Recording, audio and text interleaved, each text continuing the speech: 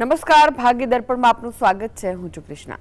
દર્શક મિત્રો, જે હારથી ડરતો નથી તે જીતવાનું શીખી જાય છે. દરેક નિષ્ફળતા એક પાઠ છે. તો આજના સુવિચાર સાથે શરૂ કરીએ આપના ભાગ્યના દર્પણ રજૂ કરતો અમારો વિશેષ કાર્યક્રમ ભાગ્ય દર્પણ.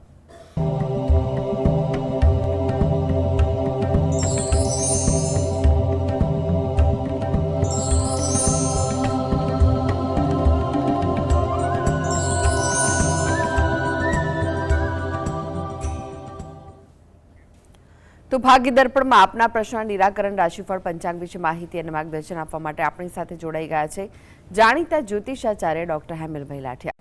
હેમલભાઈ, ભાગ્ય દર્પણમાં આપનું સ્વાગત છે. નમસ્કાર. નમસ્કાર હેમલભાઈ, સૌથી પહેલા વાત કરીએ આજના પંચાંગ વિશે. તો શું છે આજનું પંચાંગ તે જણાવશો? આજે તારીખ 11/5/2026 સોમવાર, વૈશાખ વદ નોમ તિથિ છે 15-25 સુધી. શતતારા નક્ષત્ર છે 25-29 સુધી. પછી પૂર્વ ભાદ્રા નક્ષત્ર છે. ઐન્દ્ર નામનો યોગ છે અને વણિજ નામનું કરણ છે. આજની રાશિ છે કુંભ, કે જેના નામાંક્ષર છે ગ, સ, શ. દિન વિશેષમાં જોઈએ તો આજે મંગળ ગ્રહ મેષ રાશિમાં પ્રવેશ કરે છે 12:39. વિષ્ટિ પ્રારંભ થાય છે 27:16 અને આજે પંચક પણ છે. હેમલભાઈ, 12 રાશિઓનું રાશિફળ જાણે તે પહેલા એક દર્શક મિત્ર આપણી સાથે જોડાઈ ગયા છે. અનિતાબેન છે. અનિતાબેન, આપને જેમના માટે પ્રશ્ન પૂછવો હોય તેમની જન્મ તારીખ જણાવો. પ્રશ્ન મારા નાના સિસ્ટર માટેનો છે. ડોક્ટર હેમિલભાઈ, એમની જન્મ તારીખ છે 16-10-72. સમય સવારે 7:15. જન્મનું સ્થળ છે સુરત. હવે 2 જૂને ગુરુનું ટ્રાન્ઝિટ થઈ રહ્યું છે. તો મારો સવાલ એ હતો કે એમના જીવનમાં શું પરિવર્તન આવશે? તેઓ સિંગલ છે તો તેમને કોઈ યોગ્ય સાથી મળશે, અથવા તો જીવનમાં શું પરિવર્તન આવશે આ ટ્રાન્ઝિટથી? જો એમની કુંડળી પરથી તો એટલું કહી શકાય કે કર્કનો ગુરુ એમના માટે તો લાભકારક સાબિત થાય એવું બની શકે.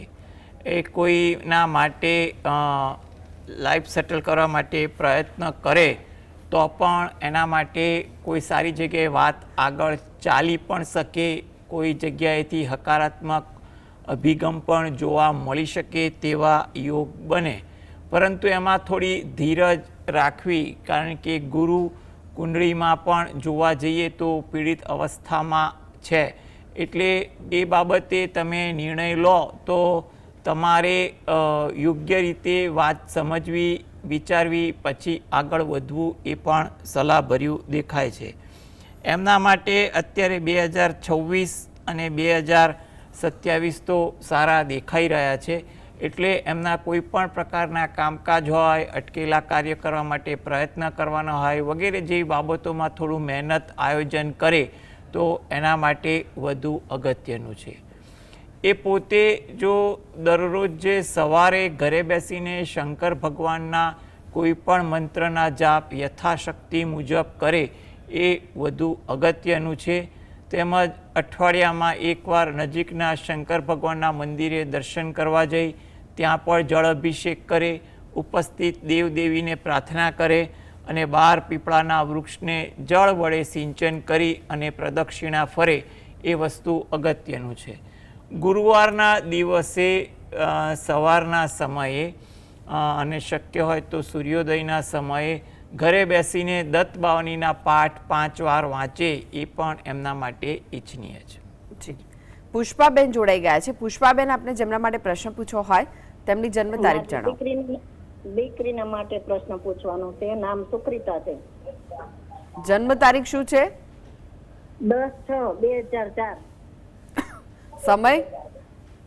સમય 10-10:30 ની વચ્ચે. રાત્રે કે સવારે? રાત્રે. અને સ્થળ કયું છે? રાજકોટ. પ્રશ્ન જણાવો, શું પૂછવું છે?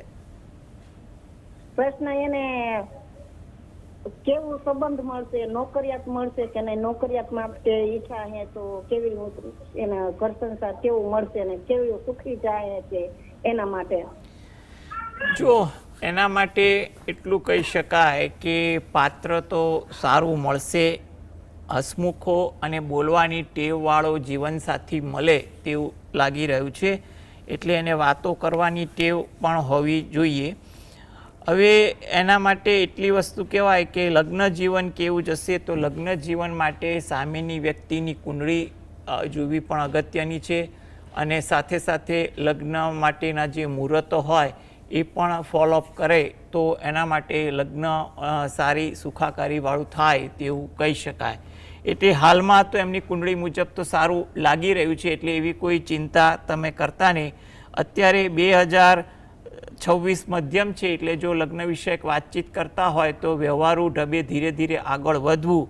2027 પણ સારું છે, 28 મધ્યમ, 29, 30 પણ ઘણા સારા છે, એટલે એકંદરે આગળ સમય સારો આવી રહ્યો છે. એટલે તમે યથાશક્તિ મુજબ પ્રયત્ન કરતા રહેજો, તો એમાં ઈશ્વર કૃપાથી તમને સારું પાત્ર મળી જાય. આ હેતુથી એ પોતે દરરોજ જે સવારે શંકર ભગવાન અને પાર્વતી માતાનું જે અર્ધનારીશ્વરનું સ્વરૂપ છે એનું ધ્યાન ધરી અને શંકર ભગવાનની માળા ઘરે બેસીને કરવાની. અઠવાડિયામાં એકવાર નજીકના શંકર ભગવાનના મંદિરે દર્શન કરવા જઈ શંકર ભગવાન પાર્વતી માતાને પ્રાર્થના કરવી એ હિતાવહ છે. એટલે તમે રોજિંદી ભક્તિમાં આટલું વસ્તુ કરો તો આગળ જે સમય સારો છે એમાં સારું પાત્ર મળી જાય. નરેન્દ્રભાઈ જોડાઈ ગયા છે. નરેન્દ્રભાઈ, આપને જેમના માટે પ્રશ્ન પૂછવો હોય તેમની જન્મ તારીખ જણાવો. નરેન્દ્રભાઈ, આપને જેમના માટે પ્રશ્ન પૂછવો હોય તેમની જન્મ તારીખ જણાવો. આપનો અવાજ ખૂબ જ ધીમો આવી રહ્યો છે. 31/10/1962. સમય કયો છે જન્મનો? સમયની ખબર નથી અને જન્મસ્થળ અમદાવાદ. પ્રશ્ન જણાવો, શું પૂછવું છે? મારે પૈસા ટકતા નથી. શું કહો?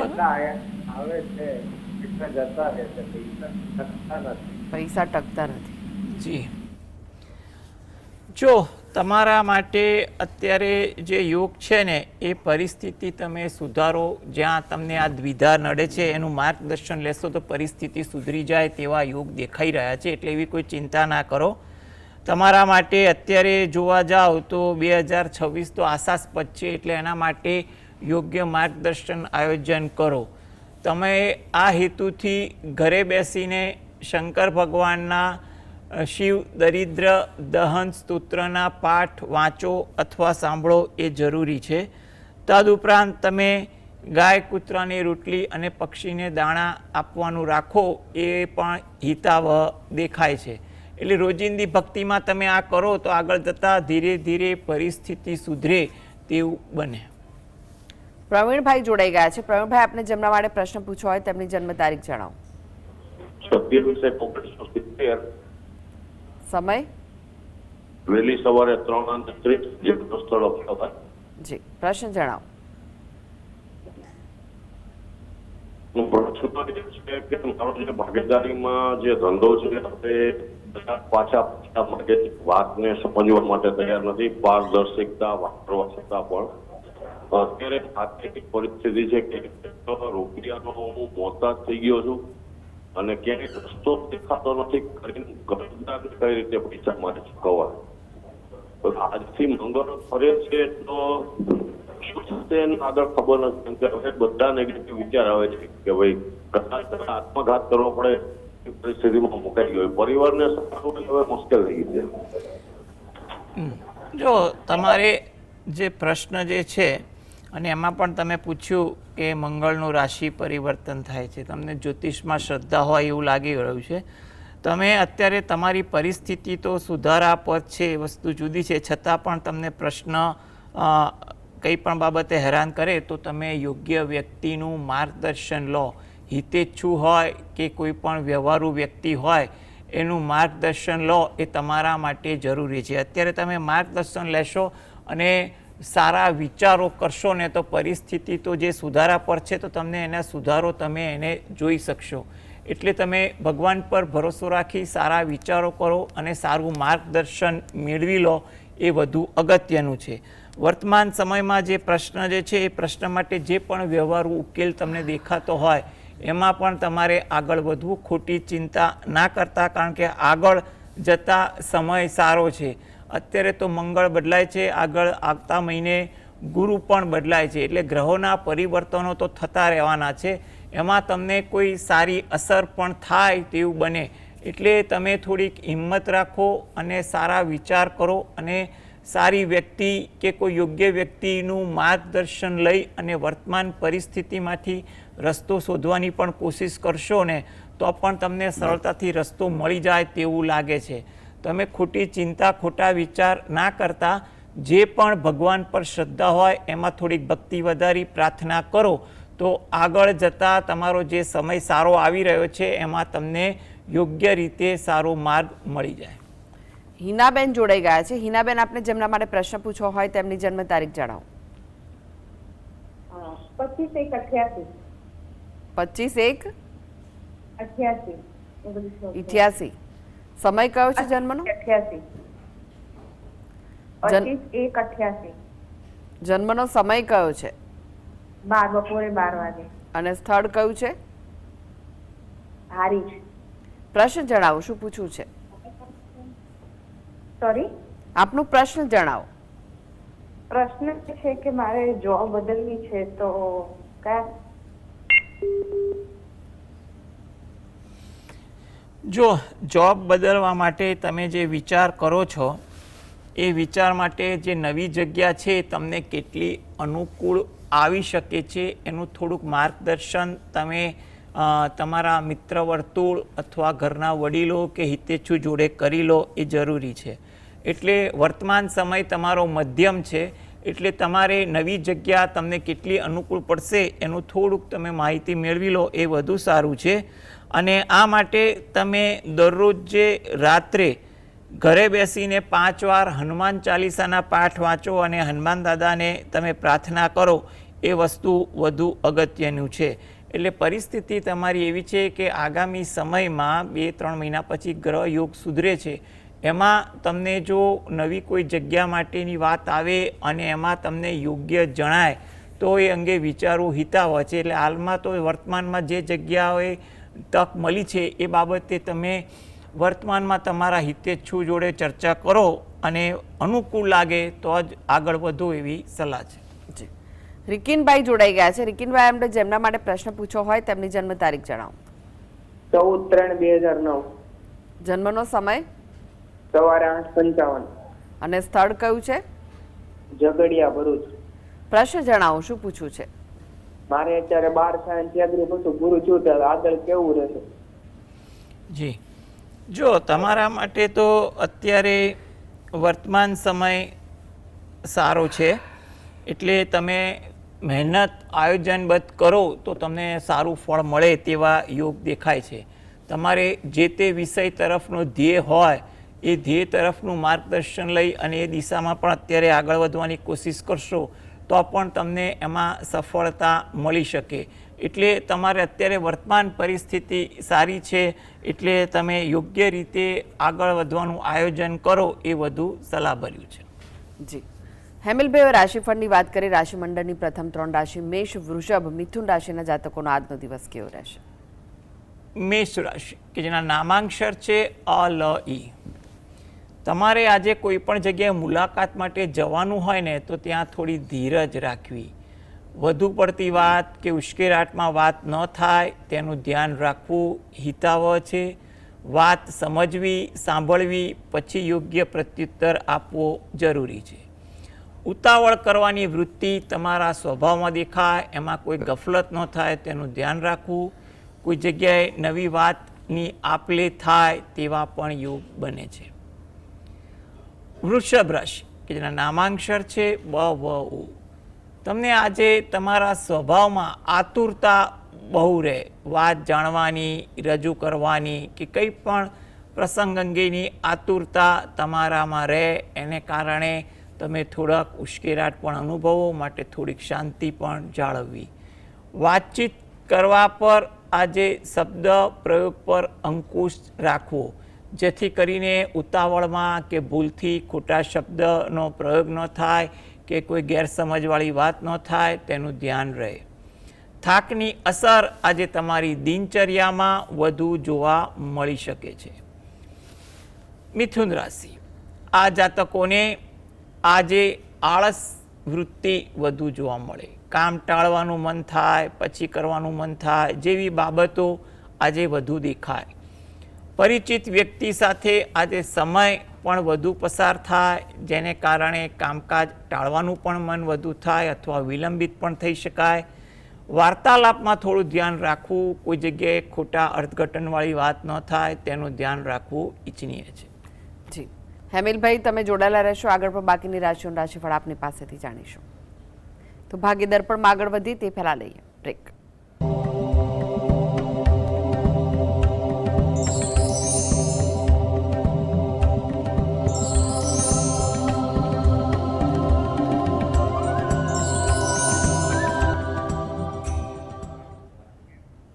બ્રેક બાદ આપનું સ્વાગત છે અને આપણી સાથે જોડાયેલા છે જાણીતા જ્યોતિષાચાર્ય ડોક્ટર હેમિલભાઈ લાઠિયા. હેમિલભાઈ, બાકીની રાશિઓનું રાશિફળ જાણે તે પહેલા એક દર્શક મિત્ર આપણી સાથે જોડાયા છે, રોનકભાઈ છે. રોનકભાઈ, આપને જેમના માટે પ્રશ્ન પૂછવો હોય તેમની જન્મ તારીખ જણાવો. 9/3/88. જન્મનો સમય? 9:45. સવારે કે રાત્રે? બોમ્બે પાયંદર. સવારે કે રાત્રે છે જન્મ સમય? સવારે. જી, અને પ્રશ્ન જણાવો હવે, શું પૂછવું છે? પ્રશ્નમાં એવું છે કે એ મારો બાબો છે, એ આઈસીઆઈ સવારે પ્રશ્નમાં એમ છે કે મારો બાબો હાલ આઈસીઆઈસી બેંકમાં મેનેજર છે, અમદાવાદ ચાંદખેડા બ્રાન્ચમાં. જી. અને એની વધુ ઉત્તરોત્તર કરવા માટે એને જોબ બદલવી છે, પોતાનું કામ કરવું છે, તો અત્યારે શક્ય છે કે નહીં? જી જી. જો એના માટે અત્યારે તે સમય મધ્યમ છે, એટલે શક્ય હોય તો ઉતાવળ કરવાની સલાહ હું આપતો નથી. હા, એને ઇવન જોબ પણ બદલવી હોય તો પણ યોગ્ય માર્ગદર્શન બહાર સાથે બદલે, કારણ કે કુંડળીમાં સમય મધ્યમ છે. એટલે કંઈ પણ નવું આયોજન કરવું હોય તો એના માટે પૂરેપૂરી માનસિક રીતે, આર્થિક રીતેની તૈયારી હોવી જોઈએ. મારી અંગત રીતેની સલાહ એવી છે કે અત્યારે 2026માં થોડી ધીરજ રાખે તો એના માટે વધુ અનુકૂળ છે.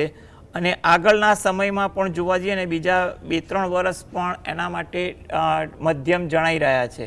એટલે યોગ્ય રીતે આયોજન કરે લાંબા ગાળાનું અને વર્તમાનમાં હાલમાં જે પ્રવૃત્તિ છે એ સાચવી લે એ વધુ વ્યવહારુ દેખાય છે. જી, મીરાબેન જોડાઈ ગયા છે. મીરાબેન, આપને જેમના માટે પ્રશ્ન પૂછવો હોય તેમની જન્મ તારીખ જણાવો. એ છે મારો બાબલો છે, એમની જન્મ તારીખ છે 12/10/2012. જી, સમય કયો છે જન્મનો? બપોરે 12 વાગે. અને સ્થળ? સિહોર. પ્રશ્ન જણાવો, શું પૂછવું છે? એ છે ને આમ થોડોક છે ને ભણવામાં ધ્યાન નથી આપતો, અને બીજું કે એમને છે ને શું હાથ ધોયા કરે છે બહુ. એમ હાથ ધોયા એટલે? હા, સાબુથી છે કે કોઈ ચીજને અડીને તરત હાથ એમને ધોવા પડે છે, એવું કરે છે. જી જી. જો આપણે ભણવા બાબતેની વાત કરીએ, કારણ કે પેલી એને જે ટેવ છે એને સમજાવટથી દૂર કરી શકાય, અથવા એના માટે કોઈ પણ વ્યક્તિ અન્યનું માર્ગદર્શન પણ તમે લઈ લો એ વધુ ઈચ્છનીય બને છે. પણ ભણવા માટેની વસ્તુ વિચારીએ તો હાલમાં 2026માં તમારે થોડી મહેનત, માર્ગદર્શન તમે આપશો તો એની સારી અસર 2027 પર પડશે. એટલે એના માટે સમજાવટ કરવાની, પ્રેમથી માર્ગદર્શન આપવાનું એ વધુ ઈચ્છનીય બને છે. હવે એ પોતે સારું ભણે અને કોઈ આગળ સારી કારકિર્દી બનાવે તે હેતુથી એ દરરોજ જે સવારે એ પોતે અથવા ઘરની કોઈ પણ વ્યક્તિ એના નિમિત્તે દરરોજ સવારે દત્ત બાવનીના પાઠ વાંચે અને એકવાર ગાયત્રી ચાલીસાના પાઠ વાંચે એ વધુ જરૂરી છે.